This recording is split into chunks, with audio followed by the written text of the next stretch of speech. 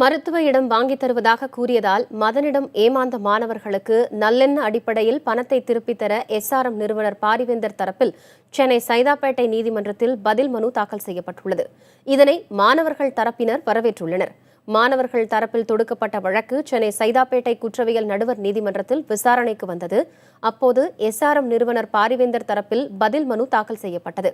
அதில் மாணவர்களிடம் ஆசை வார்த்தை கூறி மதன் பெற்ற பணத்தை தங்களிடம் ஒப்படைக்கவில்லை என்றும் அது காவல்துறையினரின் விசாரணையில் தெரியவந்திருப்பதாகவும், அதே சமயம் தங்கள் நிறுவனத்தின் நற்பெயருக்கு களங்கம் ஏற்படாத வகையில் பணத்தை மாணவர்களிடம் திரும்ப ஒப்படைப்பதாகவும் கூறப்பட்டுள்ளது. எங்களுடைய புகாரின்படி இந்த பணமெல்லாம் மதன் மூலமாக பாரிவேந்தர் என்ற பச்சைமுத்து அவர்களிடம் கொடுக்கப்பட்டிருக்கிறது. மருத்துவ படிப்பிற்காக எஸ்ஆர்எம் நிறுவனத்திடம் சேர்க்கப்பட்டிருக்கிறது என்று நாங்கள் புகாரில் சொல்லியிருந்தோம். ஆனால் விசாரணையிலே அவ்வாறு மதன் கைது செய்யப்பட்ட பிறகு பணம் மதன் அந்த எஸ்ஆர்எம் பச்சைமுத்து அவர்களிடம் சேர்க்கவில்லை, இவர்களிடம் ஏமாற்றி பணம் பறித்து விட்டார் என்று புலன் விசாரணையிலே கண்டறியப்பட்டிருக்கிறது. இருந்தபோதிலும் பாரிவேந்தர் கைது செய்யப்பட்ட பொழுது 75 கோடி ரூபாய் நீதிமன்றத்திலே கட்ட வேண்டும் என்று சொல்லிய காரணத்திற்காக பிணையில் விடுவதற்காக கட்டப்பட்ட பணம் நீதிமன்றத்திலே நிலுவையில் இருந்தது. இதைத் தொடர்ந்து நாங்கள் அந்த பணத்தை எங்களுக்கு தர வேண்டும், பணம் இழந்தவர்கள் குற்ற முறையீட்டாளரிடம் பணத்தை தர வேண்டும் என்று கேட்டுக் கொண்டிருந்தோம்.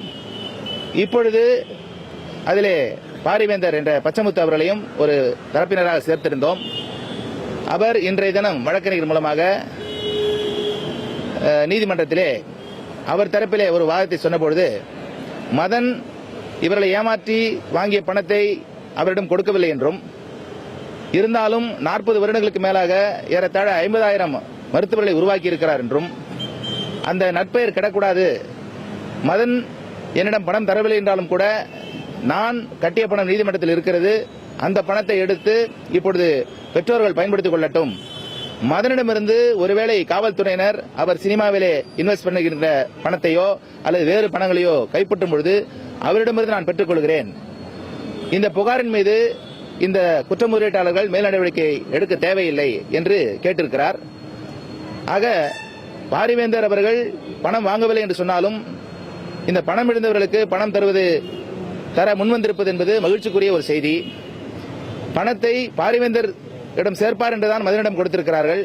ஆனால் மதன் அந்த பணத்தை பாதியிலே அவர் செலவழித்திருக்கிறார், அவர் ஏமாற்றியிருக்கிறார். ஆகினாலே இந்த ஒரு சூழ்நிலையிலே புலன் விசாரணை முடிந்த பிறகும் பாரிவேந்தர் அவர்கள் இந்த பாதிக்கப்பட்டவர்களுக்கு இந்த பணத்தை திருப்பி தருகிறேன் என்று சொன்னது மகிழ்ச்சி அளிக்கிறது.